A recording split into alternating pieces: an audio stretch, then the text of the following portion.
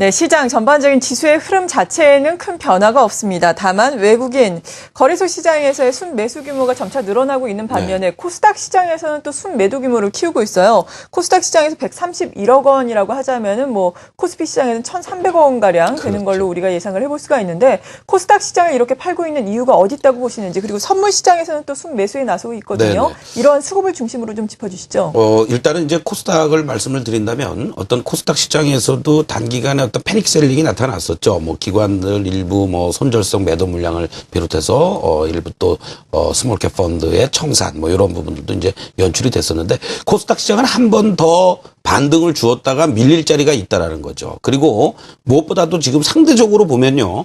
코스피 시장 쪽에서 외국인 또는 기관들 입장에서는 코스피 시장이 상대적으로 저가 매력이 계속 있다는 얘기입니다. 네. 그러니까 코스피 시장 쪽이 좀 더 추가 매수 내지는 안정이 된 다음에 코스닥 사냥에 나서도 늦지 않다 하는 이런 어떤 심리도 지금 작용을 하고 있다라고 볼 수 있겠고, 또 지금 현재 또 무엇보다도 중요한 것은 오늘 사실 6월 말이라고 하면은 월말도 있겠고 반기 분기 그렇죠. 이런 또 윈도우 드레싱에 대한 기대감도 계속 있습니다만 현재까지 기관들 중심으로 들어오는 모습들은 거의 없어요. 그리고 다만 외국인들의 현물 쪽에서의 매수세가 계속 유입되고 있다는 것도 긍정적인데 어제 이어서 오늘도 선물 쪽에서 매수 규모가 계속 이어지고 있다는 겁니다. 잠깐 외국인들의 선물 쪽에서의 순매수 추이를 한번 또 보시도록 하겠는데요.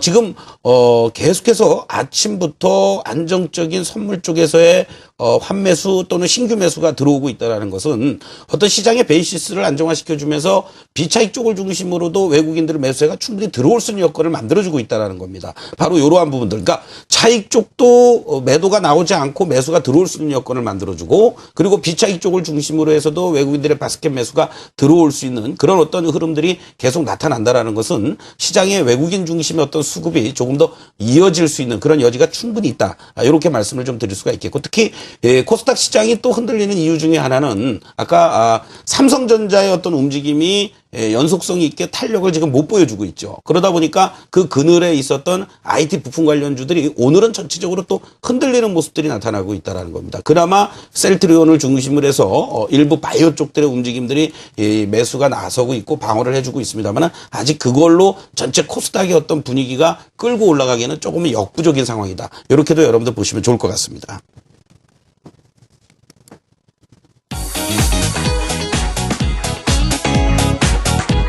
박근혜 대통령이 오늘 경제사절단과 조찬 간담회를 갖고 중국의 내수시장 발전에 맞춰 선제적 진출 방안을 모색해달라고 당부했습니다. 동양생명이 ING 생명보험 한국법인 인수 우선 협상 대상자로 선정됐습니다. 동양생명이 인수에 성공할 경우 자산 40조 원 규모의 대형 보험사로 탈바꿈해 업계 판도 변화가 예상됩니다. 정부와 새누리당이 부동산 경기 활성화를 위해 취득세 세율을 낮추는 내용의 지방세법 개정을 추진하기로 한 것으로 알려졌습니다. 한진그룹 핵심 계열사인 대한항공이 임시 주총을 열고 오는 8월 한진칼홀딩스와 대한항공을 분할해 지주회사 체제로 전환하기로 했습니다. SK플래닛이 최대 1조 원을 투자해 시장에 본격 진출한다고 월스트리트저널이 보도했습니다.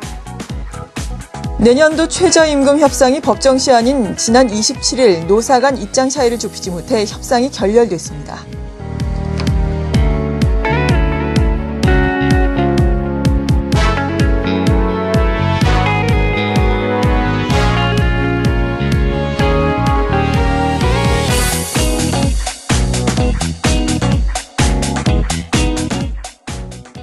네, 지금 시장에 대해서 잠깐 다시 한번 짚어보겠습니다.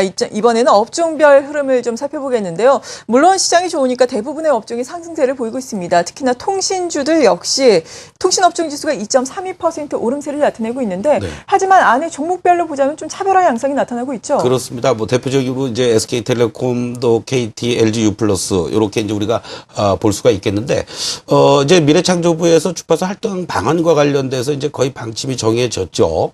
일부에서는 이제 입찰 가격에 따라서 승자의 저주가 될지도 모른다라는 이런 우려가 있긴 했습니다만은 현재 전개되고 있는 모습들을 보면은 미래창조부에서 제출한 안이 KT에는 좀 불리한 쪽으로다가 지금 얘기가 나오면서 오히려 LG U+와 SK텔레콤은 긍정적인 주가의 흐름을 보여주고 있는데 KT만이 좀 약한 흐름들이 연출이 되고 있습니다. 지금 LG U+의 모습을 한번 잠깐 차트를 통해서 말씀을 좀 드리겠는데요. 지난 시간에도 이제 LG U+의 급락이 여러분들 이제 걱정하실까 봐서 점검을 한번 해드리면서 오히려 요 11,000원대 초반 자리를 중심으로 해서는 매수에 가담해도 되는 자리입니다라고 말씀을 드린 바가 있었습니다. 바로 그러한 그 흐름 이후에 주가의 반등 그리고 이제 오늘 4%대 이러한 그 오름세를 지금 보여주고 있는데요. 20일 이평선을 중심으로 해서 지지력을 확보해 준다라면은 충분히 직전에 고점대가 연출돼 있었던 요 13,000원 근처 여기까지 어떤 밴드 상단 정도까지 쉽게 갈 수 있는 그런 여지가 있지 않겠느냐 이렇게 볼 수가 있겠고 문제는 지금 LG U+도 그렇고요. 또 뭐 KT라든가 또 SK텔레콤도 그렇고 그 주파수 할당과 관련된 이러한 부분들이 얼마나 금액을 써내느냐에 따라서 주가의 움직임이 또 틀려질 가능성이 있습니다. 그렇기 때문에 이것을 중장기적으로 아직은 대응은 하지 마시고 하단부 11,000원 LG U+를 기준으로 본다라면은 상단부 13,000원 정도 요렇게 박스 플레이를 해나가는 것이 LG U+를 중심으로 한 통신주들의 어떤 단기적인 대응 아니냐 이렇게 말씀드리겠습니다.